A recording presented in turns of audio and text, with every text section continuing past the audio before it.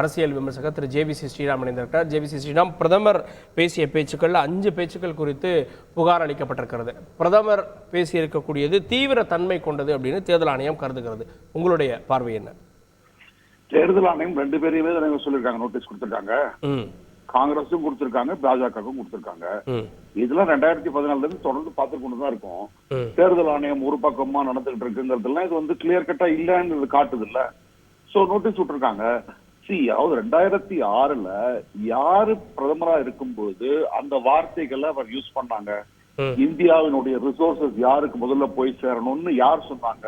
இல்ல, அது 2006 இல்ல. ஒரு நிமிஷம் சார், எதுவுமே ஒரு தனிச்சையா ஒண்ணு பார்க்க முடியாது. 2006ல அன்றைக்கு பிரதமர் இருந்தவர், அவர் அந்த வார்த்தைகளை கூறினார். 2024ல நாங்க எக்ஸ்ரே பண்ணுவோம், யாருக்கு எவ்வளவு சொத்து இருக்குன்னு பார்ப்போம், அந்த சொத்தை ரீடிஸ்ட்ரிபியூட் பண்ணுவோம். இது என்னங்க மாவோயிஸ்ட் டெண்டன்சி இது.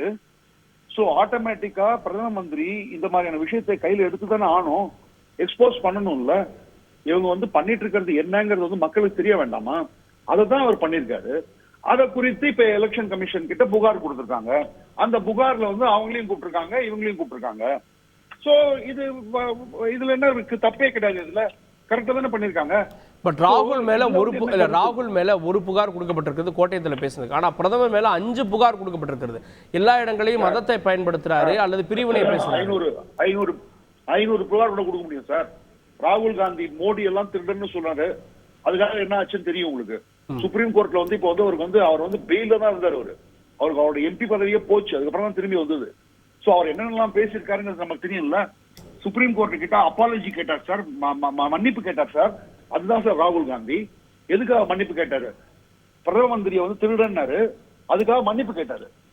இந்த மன்னிப்பு கடிதமா எழுதினாரு. இதெல்லாம் நீங்க மறந்துடுவீங்க.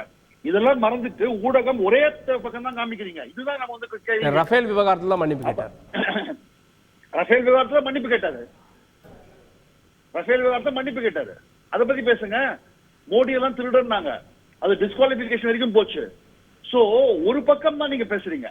மோடி என்ன பேசினாரு? மோடி பேசியது 2006ல அன்னைக்கு பிரதமரா பேசினது. இன்னைக்கு நீங்க எக்ஸ்ரே எடுப்பேன், சர்வே பண்ணுவேன், இன்ஸ்டிடியூஷனல் சர்வே பண்ணுவேன், எக்கனாமிக் சர்வே பண்ணுவேன், கேஷ் சர்வே பண்ணுவேன், அதெல்லாம் ஓகே. அதுக்கப்புறம் நான் ரீடிஸ்ட்ரிபியூட் பண்ணுவேன். அந்த ரீடிஸ்ட்ரிபியூஷன் என்ன? இது வரைக்கும் நீங்க கேள்வி கேட்டீங்களா? ரீடிஸ்ட்ரிபியூஷன் எப்படி பண்ண போறீங்கன்னு. சோ யார்கிட்ட இருந்து எடுக்க போறீங்க, யாருக்கு கொடுக்க போறீங்கன்னு சொல்லுவீங்களா? ஏங்க 40 லட்சம் ஜாப் தாங்க கவர்மெண்ட் ஜாப் சாங்ஷன் பண்ணிருக்கு. இவர் எக்ஸ்ட்ரா 30 லட்சம் ஜாப் கொடுப்பேன்றாரு. எங்க இருந்து கொடுப்பீங்க? மரத்துல கிரியேட் பண்ணுவீங்களா ஜாப? தேவகவுடா, ஃபார்மர் பிரதம மந்திரி தேவகவுடாவே இந்த கேள்வி கேட்கிறாரு. இதெல்லாம் கேள்வி கேட்க வேண்டிய இடத்துல ஊடகம் இன்னைக்கு இருக்கு. ஆனா இதுக்கு கேள்வி கேட்காம நீங்க பிரதமர் இது பேசினார், அது பேசினார், ஒண்ணு மட்டும் தான் சொல்றீங்க. அதனாலதான் இந்த மாதிரியான ஆளு இங்க பேச வேண்டியிருக்கு. 2 பக்கமுமே கேளுங்க. ராகுல் காந்தியும் கேளுங்க, காங்கிரஸையும் கேளுங்க, மோடியும் கேளுங்க, பிஜேபியும் கேளுங்க. அவ்வளவுதான் நான் கேட்கறது.